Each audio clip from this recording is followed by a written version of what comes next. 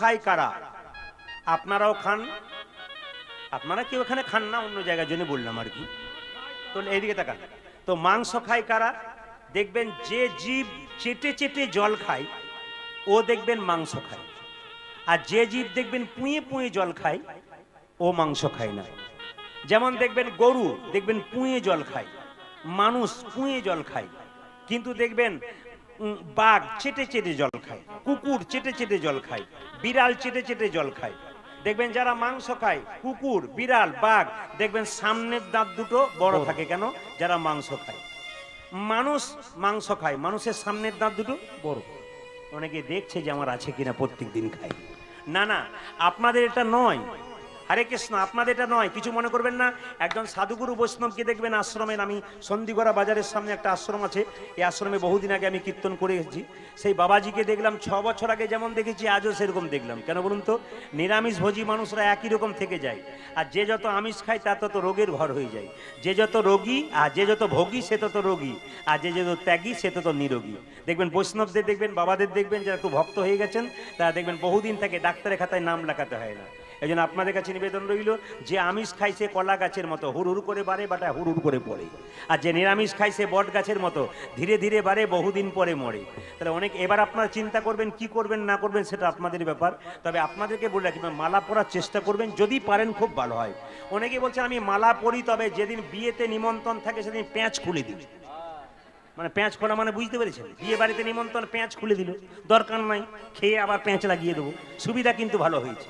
এইদিকে রাধে, এইদিকে, জীবনে যেন গোবিন্দ হারা হইও না।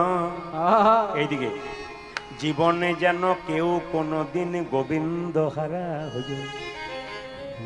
সকালবেলায় ঘুম থেকে উঠে একবার, দুপুরবেলায় তুলসী গাছে জল দিয়ে পরিক্রমা করে একবার, আর সন্ধ্যাবেলায় প্রদীপটা দিয়ে একবার ভগবানের নাম করে না। এইদিকে দেখবেন, এই জগতে কৃষ্ণকে যে রেখেছে সে জিতেছে, কৃষ্ণকে যে রাখে নাই সে হেরেছে। পঞ্চ পাণ্ডব কৃষ্ণকে সঙ্গে রেখেছিল, যুদ্ধে জিতেছিল। 100 ভাইয়ের দাদা দুর্যোধন রাখে নাই, সে জিততে পারে নাই। যার জীবনে কৃষ্ণ আছে তার জীবনে জিত আছে, যার জীবনে কৃষ্ণ নাই তার জীবনে জয় নাই, পরাজয় আছে। হিন্দু সমাজে একটা দুঃখের কারণ আছে, যারা দাদা ভাইরা দাঁড়িয়ে আছেন, যারা বসেছেন, তারা শুনবেন। হিন্দু সমাজের দুর্দশা দিনের পর দিন নেমে আসছে একটাই কারণে, হরিনাম যেখানে হয় আমাদের ধৈর্য সেখানে নাই। এইদিকে এইদিকে, অন্যান্য ধর্মের মানুষরা অনুষ্ঠান করলে লোকের ভিড় নিতে পারবেন না, আর লজ্জা আমাদের হিন্দুদের, কীর্তন হলেই দেখবেন 2-4 জন ভদ্রলোকের মতো এসে দাঁড়ায়, তারপর খানিক দেখে, তারপর নিতাই গৌর হরি বলে। এইটা হচ্ছে আমাদের সবচাইতে লজ্জার ব্যাপার। এই জায়গাটাকে ঠিক রাখতে হবে। আবার অনেকে দেখবেন খুব শিক্ষিত ব্যক্তি আছেন, ওরা আবার ভাবে যারা বোকা লোক তারা কীর্তন শুনে সময় নষ্ট করে, আমার মতো বুদ্ধিমান লোক সময় নষ্ট করে না। ওই সমস্ত লোকগুলোকে বুঝিয়ে দেবেন যে বিবেকানন্দ একটা কথা বলেছেন, যদি কেউ উচ্চ শিক্ষিত হয় কিন্তু কৃষ্ণ ভজন না করে, তবে সে শিক্ষার মুখে আগুন দেওয়া অনেক ভালো। দেখবেন আইজাক নিউটন এত বড় বড় বিজ্ঞানী, তিনি সারা জীবন নিরামিষ খেয়েছেন এবং তিনি ভগবানকে বিশ্বাস করতেন। আইনস্টাইন এত বড় বিজ্ঞানী, তিনি ভগবানকে বিশ্বাস করতেন। খুব সাধারণ মানুষ যারা, তারা ভগবানকে বিশ্বাস করে, আর খুব উচ্চ মার্গের মানুষ যারা, তারা ভগবানকে বিশ্বাস করে। আর মাঝে দু নৌকায় যাদের পা, তাদের বিশ্বাস করতে অসুবিধা হয়। দেখে নেবেন কথাটা সত্যি না মিথ্যা। দেখবেন দু নৌকায় যাদের পা, তারা সাধুগুরু বৈষ্ণবকে সম্মান দেয় না। আমাদের লজ্জার ব্যাপার এইটাই, বৈষ্ণব রাস্তা দিয়ে পেরিয়ে গেলে ঠাট্টা করি, গুরু রাস্তা দিয়ে পেরিয়ে গেলে ঠাট্টা করি, তিলক নিয়ে নিলে ঠাট্টা করি, মালা নিলে ঠাট্টা করি। এইটাই আমাদের লজ্জার ব্যাপার। এই সমস্ত লোকগুলোকে সোজা না করলে হিন্দু সনাতন ধর্ম কোনদিন টিকবে না। আমাদের মধ্যে সত্য ঢুকে আছে। এই যে হরিনাম হচ্ছে, আপনারা ভক্তি ভরে শুনছেন, 2-1 জন দেখবেন মাঝ থেকে কুটুস কাটুস করেছে না প্রথমবার, কিছু মনে করবেন না। কেন বলুন তো? এই সমস্ত লোকগুলো যেন সনাতন ধর্ম নষ্ট হচ্ছে। কেন বলুন তো? হরিনাম হচ্ছে ভক্তি ভরে শোনার কথা আমাদের, কিন্তু আমরা কি করব, মাঝখানে 2-4টা ফরম কেটে দেবো। কেন? যাতে কৃষ্ণ নামটাকে বানচাল করা যায়। আসলে এই সমস্ত লোকের জন্ম ওই জন্য হয় নাই, জগাই মাধাইয়ের কিছুটা অংশ এরা পেয়েছিল বলে এদের এরকম অবস্থা হয়। তো অপরাধ নেবেন না যে যেখানে বসে আছেন। আজকে আপনাদের একটা সুন্দর জিনিস দেখাবো, ছবিতে সবাই দেখেছি, জীবন্ত দেখেছেন? আমি আজকে আসরে দাঁড়িয়ে কথা দিলাম ভগবান দেখাবো, কে কে দেখবেন হাত তুলুন, তুললেই দেখাবো। তুলুন, কে কে দেখবেন ভগবানকে, কে না দেখতে চায়? কিন্তু অনেকে মনে মনে ভাবছে কত বেটা এলো গেল, দেখাতে পারো না, তুমি আবার কি দেখাবে? কিন্তু আমি আসরে দাঁড়িয়ে বললাম ভগবান দেখাবো, তখন দেখাবো, তবে একটা কাজ আপনাদের করতে হবে। এইদিকে তাকাবেন। আচ্ছা, একটা ছেলে সারা বছর পড়াশোনা করলো না, 2-4 দিন পড়াশোনা করলে পরীক্ষায় ফার্স্ট হয়? জোরে বলুন হ্যাঁ না না। তাহলে আপনি কোনোদিন ভগবানকে ডাকলেন না। আমি বললাম কে কে ভগবান দেখবেন হাত তুলেন, আপনি হাত তুলে দিলেন। ভগবানকে আমার ঘরের ছেলে যে আপনাদেরকে পাঠিয়ে দেবো? তাহলে প্রশ্ন করবেন, আপনি যখন দেখাবো বলেছেন তখন আপনাকে দেখাতেই হবে। আমি কথা দিয়েছি দেখাবো, তখন আজ দেখাবো, তবে ছাড়বো। তবে একটা কথা বলে রাখি, কাজ আপনাদের একটা কাজ করতে হবে। তো কিছু কর্ম না করলে ভগবান পাবেন কি করে? এই কাজটা যে যে করতে পারবেন সে ভগবানকে দেখতে পাবেন। কাল সকাল থেকে সন্ধে পর্যন্ত যে যে জলে ডুবে থাকতে পারবেন সে ভগবানকে দেখতে পাবেন। হাত তুলুন, কারা কারা জলে ডুবে থাকতে পারবেন? 2-4 জন তুলেছে, যারা বুঝেছে, আবার কোন না বুঝেও তুলেছে। আচ্ছা, জল অনেকে মনে মনে হচ্ছে কীর্তন শুনছি ভক্তি ভরে বিনা পয়সায়, মানে কষ্ট করে, আবার আবার বলছে যে ভগবান দেখাবো, জলে ডুবতে হবে, তাহলে প্রাণ বাঁচবে। না না, এদিকে দেখান। ভগবান দেখাবো যখন বলেছি তখন দেখাবো।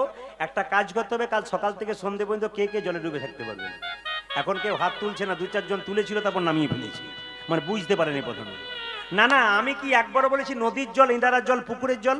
শাস্ত্র বলছে কাল সকাল থেকে সন্ধে পর্যন্ত যে যে নয়ন জলে ডুববে একমাত্র ভগবানকে সেই। এইবার বলি, ভগবান বলল আমাকে দেখার চেষ্টা করো না। এইদিকে এইদিকে, আমি মন্দিরে থাকি, আমার হাত আছে কিন্তু নড়ে না। জোরে বলুন হ্যাঁ না না। আমার চোখ আছে কিন্তু দেখি না, আমার কোমর আছে কিন্তু দোলে না, আমার পা আছে কিন্তু চলে না। তোমরা দেখেছো? প্রকৃত ভক্তকে ধরা দেয়, আমাদের মতো ভক্তকে ধরা দেয় না। কেন? আমরা ডাকার মতো ডাকতে পারি না বলি। ভক্ত প্রহ্লাদের হাতে ভগবান ভক্ত প্রহ্লাদকে দেখা দিয়েছিল, সে ডেকেছিল। আমরা তো ভক্ত প্রহ্লাদের মতো হতে পারিনি না, ভক্ত রঘুনন্দের মতো নাড়ু খাওয়াতে আমরা পারবো না, তারা পারবে, আমাদের জন্য বলা হচ্ছে। এইদিকে মায়েরা, ভগবান মন্দিরে থাকে, হাত তোলে কিন্তু হাত তুলতে থাকে কিন্তু হাত নড়ে না। চোখ আছে কিন্তু দেখে না, মুখ আছে কিন্তু খায় না, কোমর আছে কিন্তু দোলে না। এবার বুঝিয়ে দেবো, খুব যুক্তি দিয়ে বুঝবেন একটা একটা করে। ভগবান বলল আমাকে দেখার চেষ্টা করো না, আমার সৃষ্টির দিকে তাকিয়ে দেখো, আমি আছি। বলে কোথায় আছি? এইদিকে, ছোট ছোট গাছ তার বড় বড় ফল, বড় বড় ফল, আর বড় বড় গাছ তার ছোট ছোট ছোট ফল। আস্তে আস্তে শুনবেন।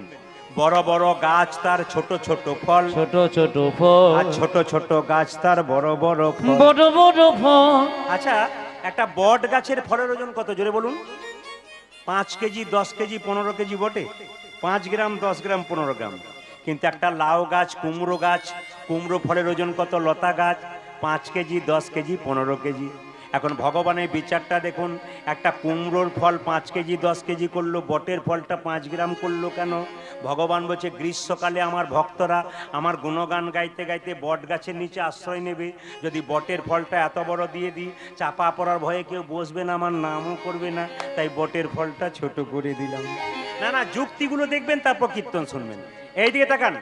একজন রাখাল বালক গরু চড়াতে গিয়ে বট গাছের উপরে বসে আছে, মনে মনে ভাবছে ভগবানের কোনো বিচার নাই, এরকম করে তাকাচ্ছে, ভগবানের কোনো বিচার নাই। বলতে বলতে একটা বটের ফল নাকের উপরে পড়েছে, চমকে উঠেছে। চমকানোটা দুধেইতে হয়ে গেল, চমকে উঠেছে। আর সঙ্গে সঙ্গে দেখান, চমকে উঠেছে, সঙ্গে সঙ্গে ছেলেটি মনে মনে ভাবো ভাগ্যে এত বড় ফলটা হয় নাই, নাক মুখ চোখ আমার সব ভেঙে যেত। ভগবানের বিচার সমান। এইদিকে তাকান। আচ্ছা বাবা, কিছু মনে করবেন না, আপনাদের তারাপীঠ এলাকায় কিছু কিছু জায়গাতে আমি আজ থেকে 8-10 বছর আগে গান করে গেছি। 24 প্রহরে আসর হতো, অপরাধ নেবেন না।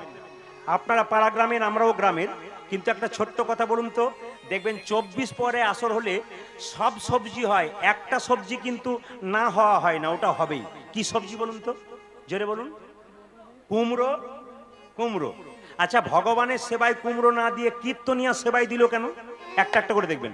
ভগবানের সেবায়, আচ্ছা যারা আসতে পারছে না মায়েরা, তাদেরকে একটু জায়গা করে দিন, যারা আছেন বাড়ির লোক তাদের আসতে সুযোগ করে দিন। এইদিকে মায়েরা কুমড়োটা কেন দিল? বাবা দেখুন কুমড়োটা কেন দিল।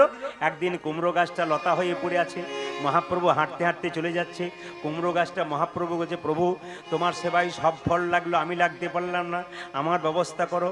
মহাপ্রভু বলল, কাঁদিস না কুমড়ো, আমার সেবায় লাগলি না তো কি হবে, যেখানে 4 দিন ধরে 24 প্রহর হবে, মূল জ্ঞানদের সেবাতে লেগে যাবে। এই জন্য কিন্তু কুমড়ো আমাদের সেবায় লেগে যায় না। কারা কারা মালা পড়েছেন হাত তুলুন। অনেকে ভয়ে তুলছে না, সোনার মালা বললেন না তুলসীর মালা বললেন, কি করে বুঝবো? যারা সোনার মালা পড়েছেন তারা হাত তুলুন। বলে মাথা খারাপ, আরো আড়াল দিচ্ছে। এইদিকে তুলসীর মালা কারা কারা পড়েছেন একটু হাত তুলুন। বাহ, 2-4 জন 10 জন পড়েছে। এ কৃষ্ণ ভক্ত নইলে হয় না। তবে যারা মালা পড়েন নাই বলে দুঃখ করবেন না, মালা আপনি পরবেন কি না করবেন সেটা আপনার নিজের ব্যাপার। কিন্তু একটা কথা বলে রাখি, যে যেখানে বসে আছেন ও মায়েরা, মালা হচ্ছে মাস্টার। কেন বলুন তো? মালা দোকান থেকে কিনতে পাওয়া যায়, পড়লেই কি ভক্ত হয়ে যায়? না গেরুয়া বস্ত্র দোকান থেকে কিনতে পাওয়া যায়, পড়লে ভক্ত হয়ে যায়? আসলে তার মান রাখার দরকার আছে। এইদিকে তাকাবেন, এই যে মালাটা আমরা পড়েছি, অপরাধ নেবেন না, মালা কিন্তু মাস্টার। একটা খারাপ কাজ করতে যাচ্ছেন, ধরুন কারো পেয়ারা গাছে 3টে পেয়ারা ঝুলছে, আপনি রাস্তা দিয়ে পেরোচ্ছেন, কেউ কোথাও নাই, তাকিয়ে দেখছেন, টুক করে তুলতে যাচ্ছেন, কিন্তু পাছে মালা যেন বলতে চাইছে, বিবেক বলতে চাইছে, কি করছিস, তোর গলায় মালা তিলক, লোকে বলবে কি? পাছে লোকে কিছু বলে। এই জন্য মালা হলো মাস্টার, যাতে আপনি খারাপ কাজ না করেন। এই জন্য মালাটাকে পরা দরকার আছে। আর একটা দরকার আছে কি, বাড়িতে বেগুন ভক্ত হয়ে যায়, না গেরুয়া বস্ত্র দোকান থেকে কিনতে পাওয়া যায়, পড়লে ভক্ত হয়ে যায়। আসলে তার মান রাখার দরকার আছে। এইদিকে তাকাবেন, এই যে মালাটা আমরা পড়েছি, অপরাধ নেবেন না, মালা কিন্তু মাস্টার। একটা খারাপ কাজ করতে যাচ্ছেন, ধরুন কারো পেয়ারা গাছে 3টে পেয়ারা ঝুলছে, আপনি রাস্তা দিয়ে পেরোচ্ছেন, কেউ কোথাও নাই, তাকিয়ে দেখছেন, টুক করে তুলতে যাচ্ছেন, কিন্তু পাছে মালা যেন বলতে চাইছে, বিবেক বলতে চাইছে, কি করছিস, তোর গলায় মালা তিলক, লোকে বলবে কি? পাছে লোকে কিছু বলে। এই জন্য মালা হলো মাস্টার, যাতে আপনি খারাপ কাজ না করেন। এই জন্য মালাটাকে পরা দরকার আছে। আর একটা দরকার আছে কি, বাড়িতে বেগুন গাছ, এইদিকে এদিকে, বাড়িতে বেগুন গাছ লাগাবেন, বেড়া দেবেন না। কেন বলুন তো? যদি ছাগলে গরুতে ছিঁড়ে খায়, তাহলে আমাদের শরীরের মধ্যে, হ্যাঁ, আমাদের শরীরটাতে